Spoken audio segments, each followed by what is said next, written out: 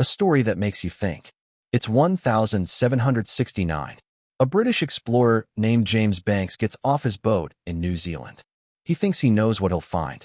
Back in Europe, people believe that native people everywhere are simple and backward, that they live in basic huts, use crude tools, and don't know much. Within a few hours, everything Banks believed was proven wrong. The first Maori person Banks met didn't act scared or try to trade cheap items. He stood calmly, wearing clothes woven so skillfully that European fabric experts would later wonder how it was made without machines. But the clothes weren't what shocked Banks most. It was their talk. This man wasn't just looking at stars for fun.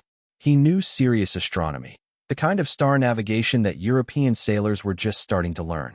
He talked easily about ocean waves, wind, and weather patterns across thousands of miles of the Pacific Ocean, like he had personally traveled at all. Banks realized with horror that this man knew more about ocean travel than Britain's Royal Navy. And this was just the start. European ideas taught Banks to expect rough huts with no real organization. Instead, he found buildings that solved problems European cities still couldn't fix. These weren't just shelters. They were smart buildings designed with math. Air flowed perfectly through them without any visible technology.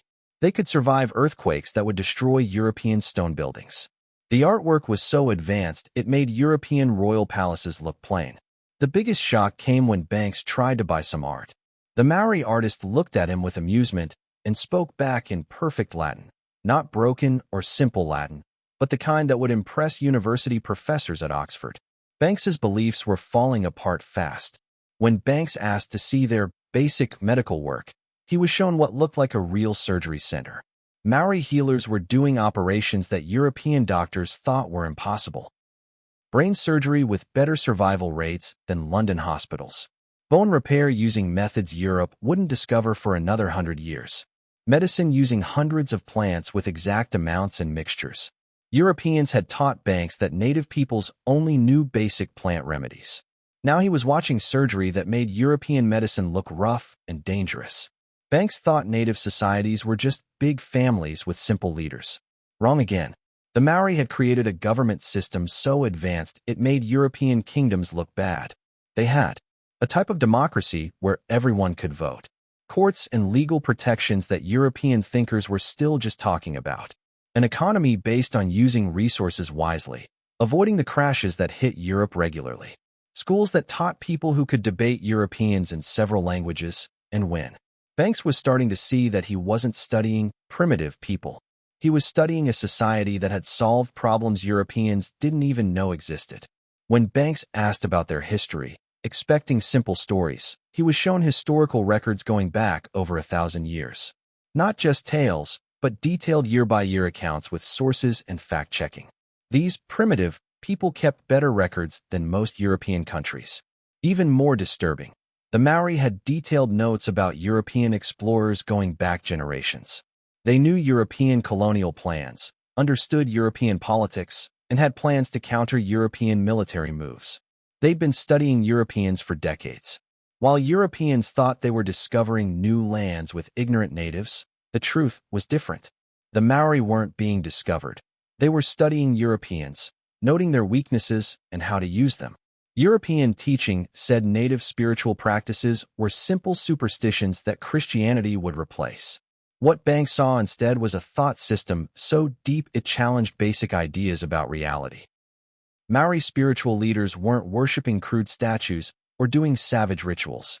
They were having deep talks about awareness, reality, and human ability that European universities hadn't even started to explore.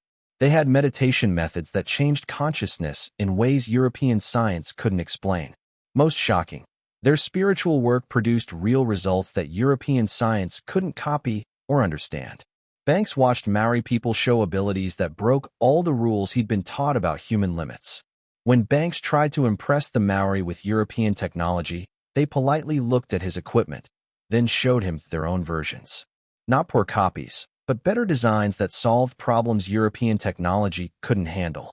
Maori metalwork made stronger materials than European factories. Their cloth techniques created fabrics more lasting and comfortable than Europe's. Their farming produced more food with less damage to nature. They'd been taking European inventions, improving them, and adding them to better systems that Europeans couldn't understand or copy. Banks realized the technology wasn't flowing from advanced Europeans to primitive natives. It was flowing from an advanced Maori civilization to Europeans who were too proud to see their own limits.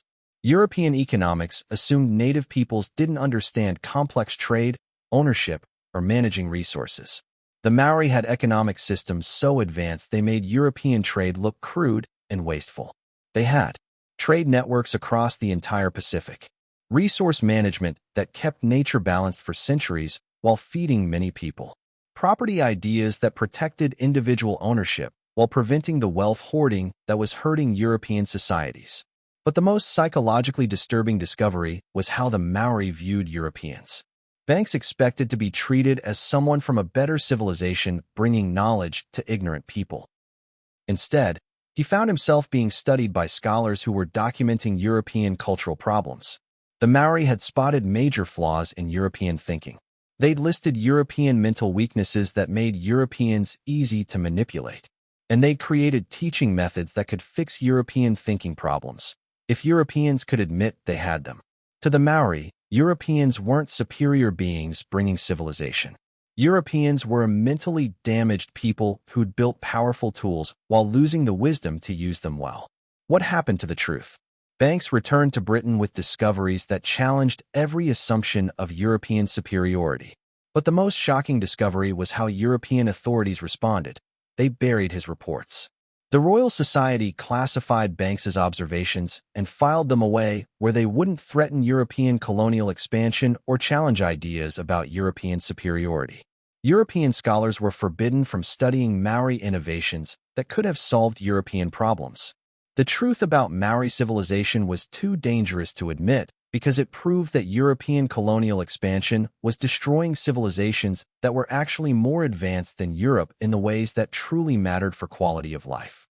The final truth, ***. The Maori had expected Europeans would suppress inconvenient discoveries. They developed their own ways of saving and sharing knowledge that couldn't be destroyed by European authorities.